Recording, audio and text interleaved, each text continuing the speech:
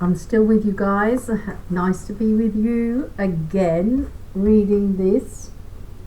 Who we are all contributors, and I just don't want to let the poets down, but I'm not reading anything through till I see it in front of my eyes, so I can't plan to how to read it. It'll just come out. I just hope that it does your words justice.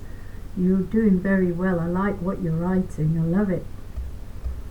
We're now on part 4, uploading part 3.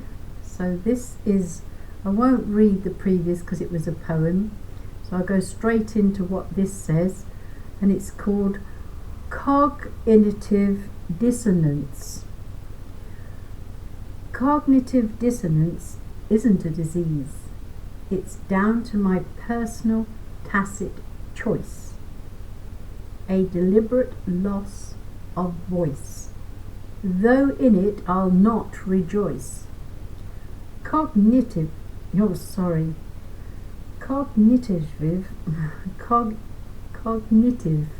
dissonance is the thief to confuse belief and leave truth tattered and shatteredly battered in more ways than one.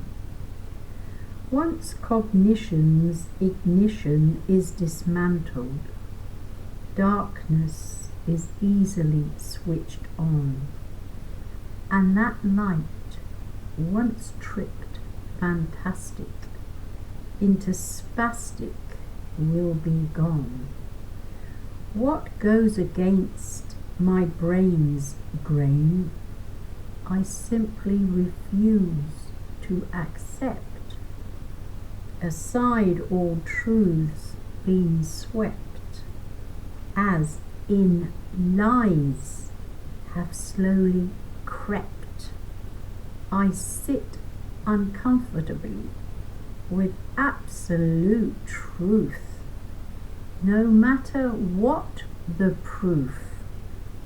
All my core beliefs, whether right or wrong, cognitive dissonance remains quite strong. For sure in it I don't belong. If in blatant truth I cannot fit, then confusion's narrative I'll continue to spit, a spit that leaves no polish, just its stain on truth, prior to truth's abolish. When my ways of thinking are challenged, mental conflict kicks in. I can't question contradictions in the state of mind I'm in. When it comes to mental capacity, I seek to preserve what's mine. I can't think outside whatever box I'm for. I'm no Einstein. If my mind's made up from implanted thoughts, then I become a Frankenstein. I refuse to debate any conflict. That attitude will never change. Once I'm cognitively dissonant, my thinking can't be rearranged. Self-compartmentalization is my safety-netted prison, a psychological state of mind and defense mechanism. For my cognitive dissonance, I'll never stray. We may never agree to disagree. To me, that's just role play. I see cognitive dissonance as my safety net.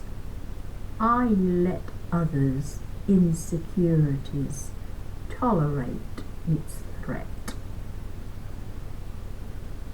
The next title, How Our Garden Will Grow.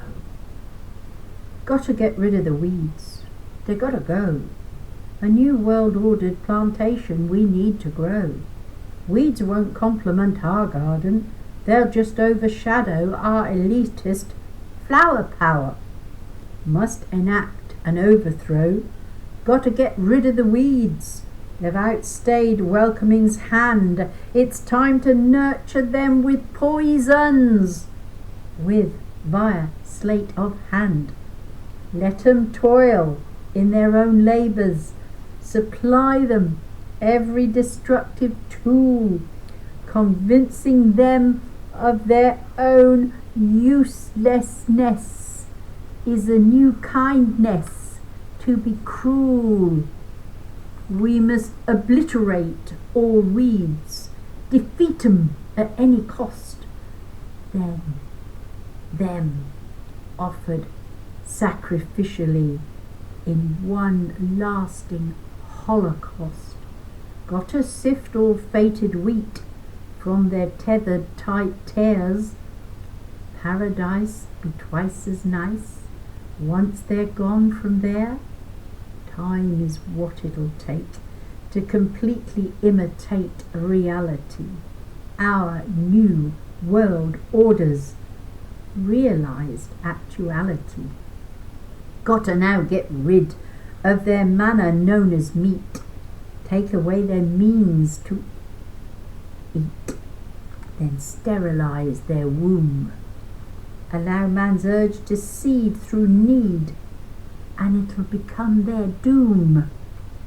We are artists, recreating, repainting, and reshaping prior to tainting and emancipating.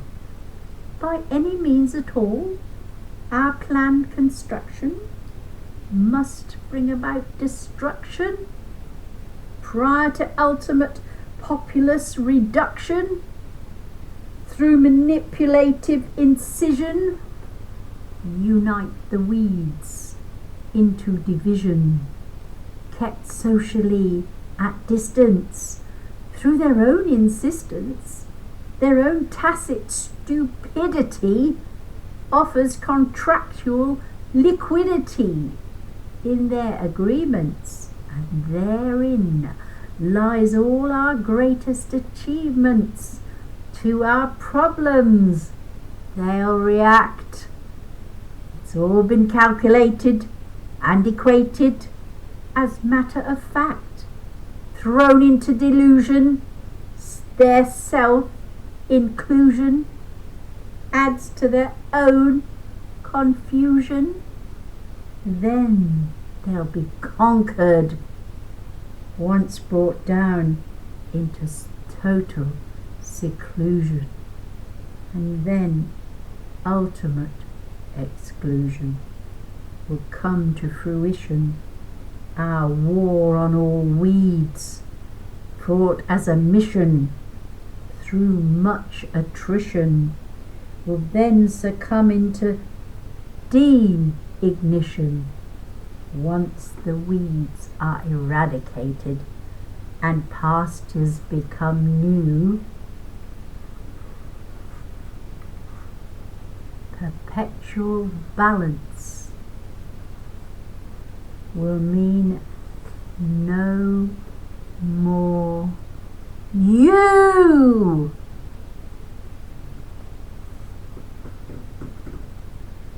Poet, whoever wrote that, fantastic, great.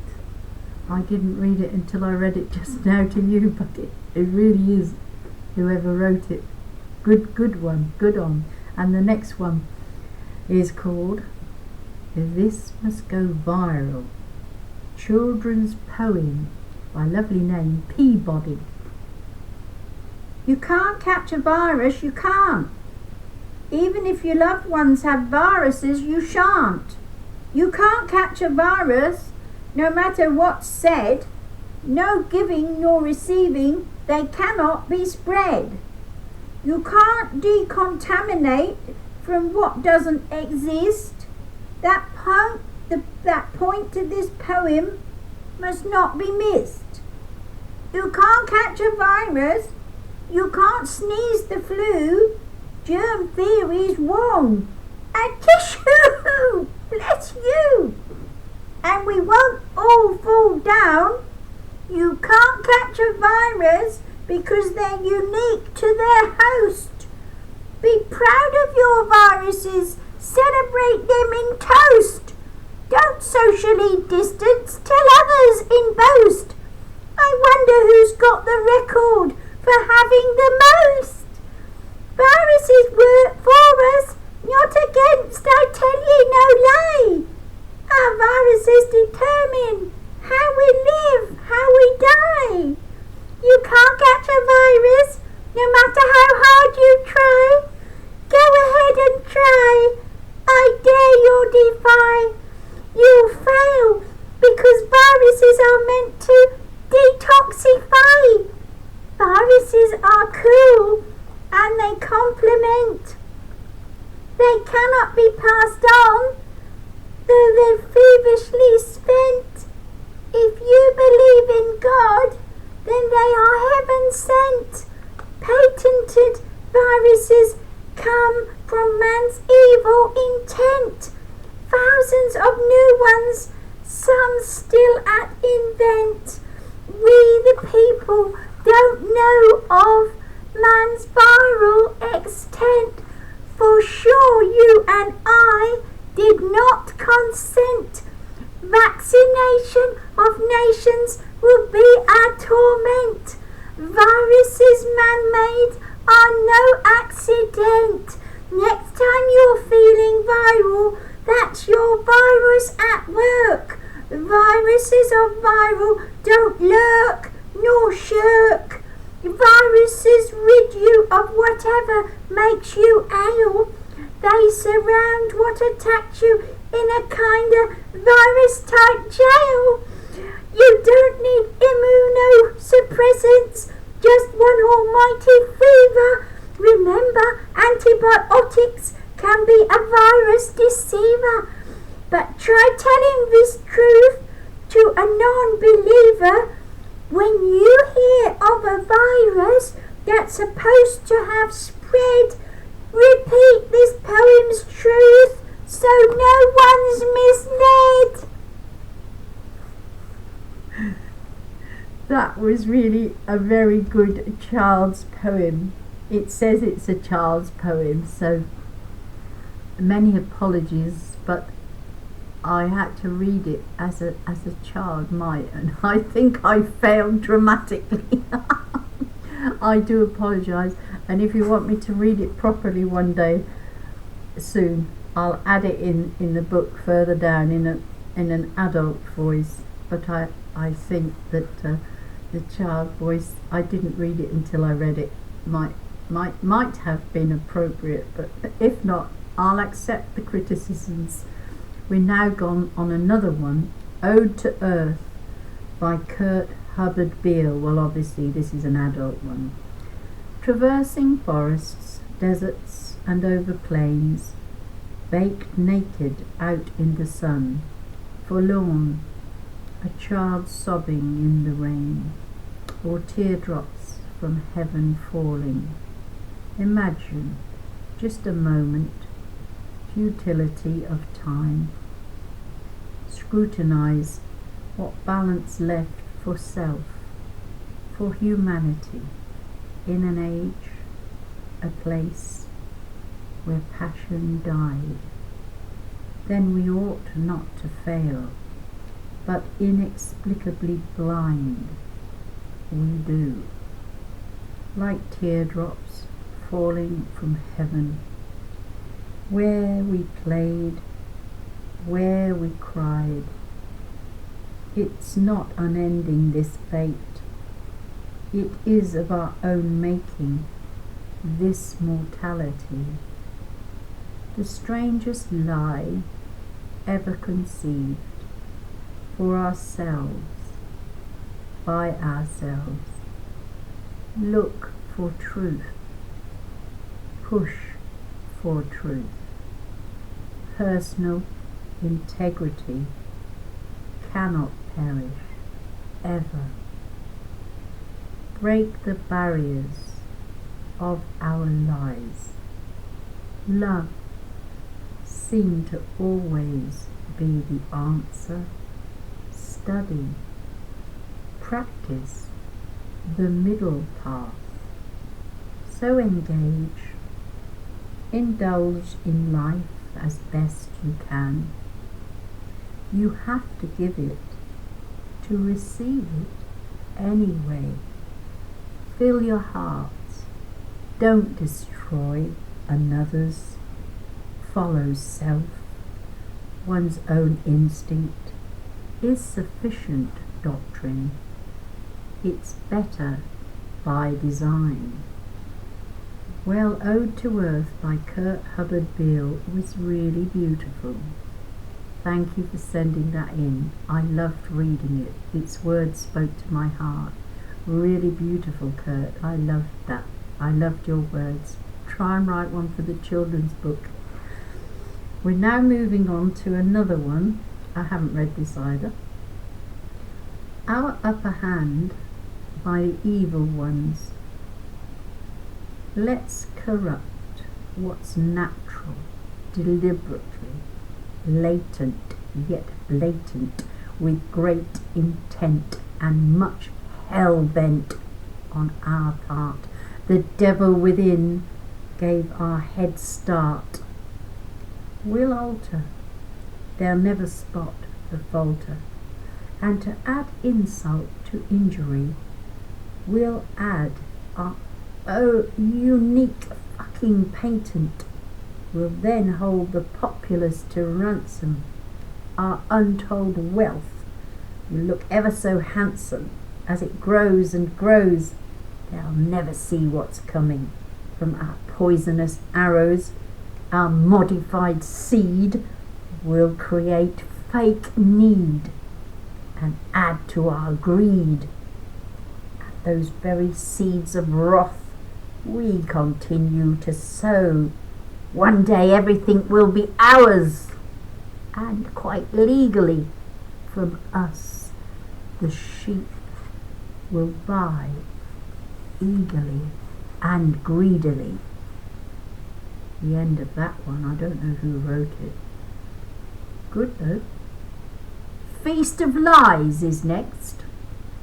They lied about thalidomide, lied about tobacco.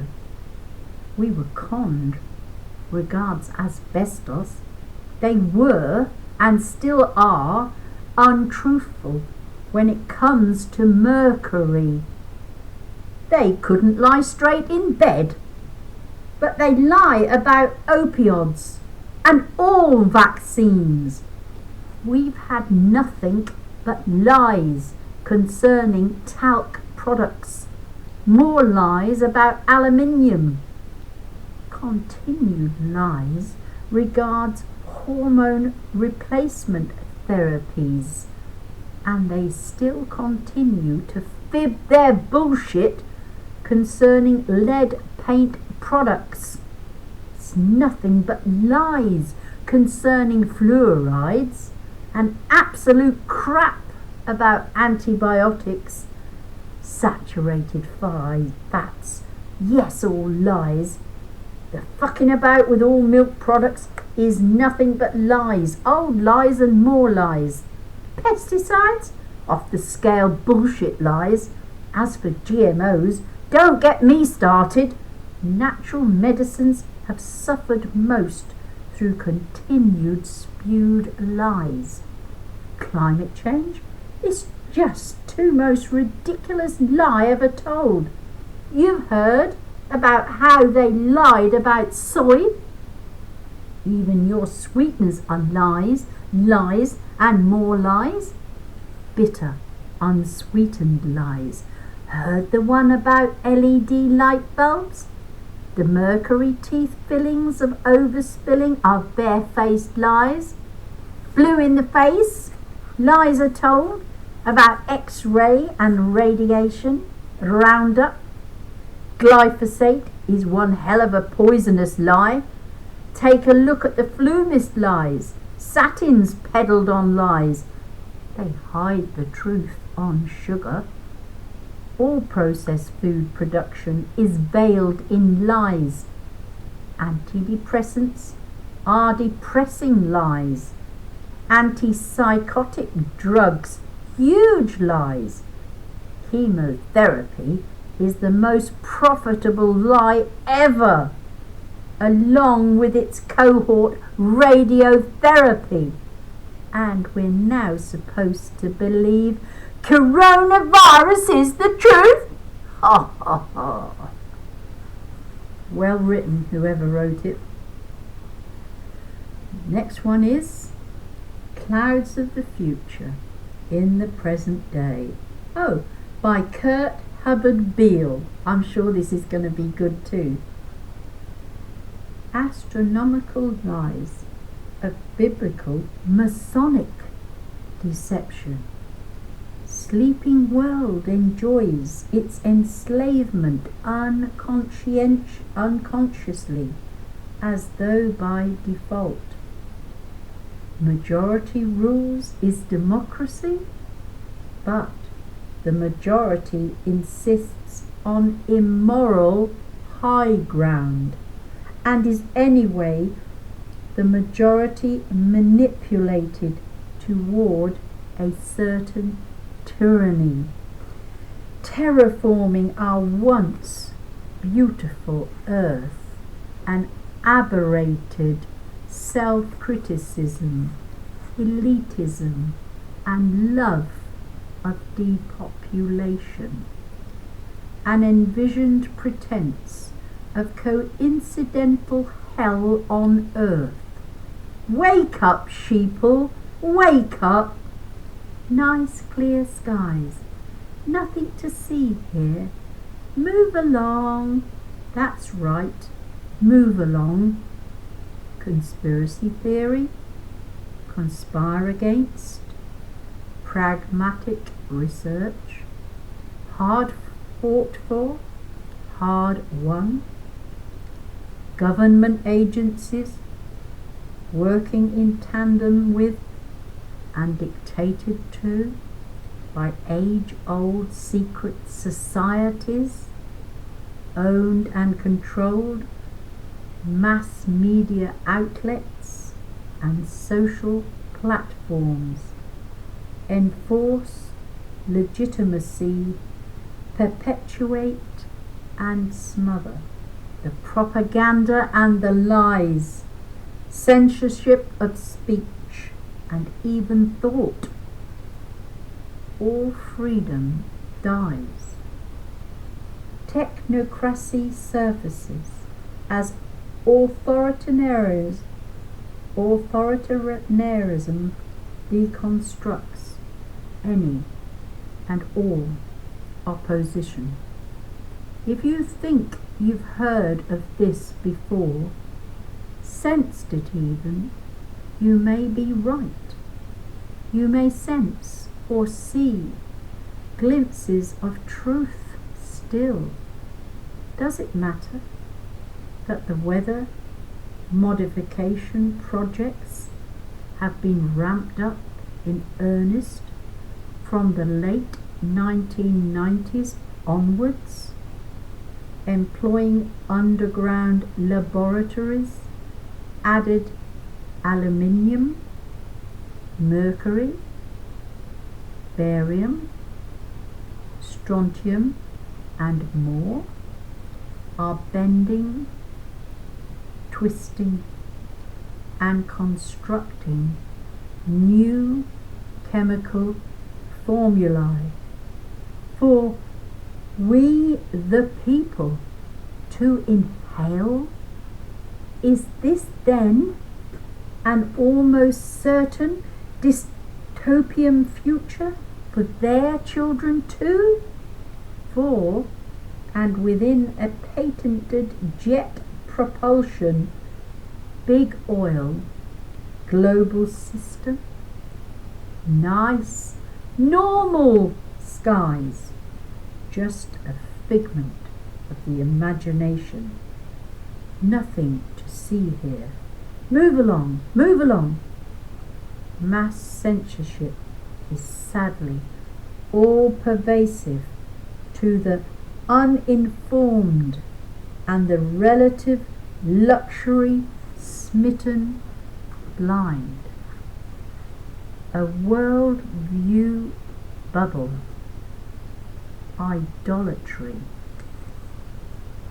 Idocracy creates all sorts of trouble, stems from all sorts of unexplained places to the ill-informed, coupled with government-sanctioned vaccinations impressed upon an uninformed majority, unwitting general public, recruited by their lowered IQ peers to pass on a sedate, mocking nonchalance, destruction under the guise of litigation. The masses, unaware ad infinitum, intention is from cause and vice versa, actions revealing what they wish to conceal, providing hitherto unseen nor unfathomable creeping sickness by subversion, attrition, autism in the young and healthy, Alzheimer's in the would-be wise and aging much earlier by design, fluoridated toothpaste, water and milk. Is it any wonder that our children's smiles are not the same as yesteryear? How could they ever be again?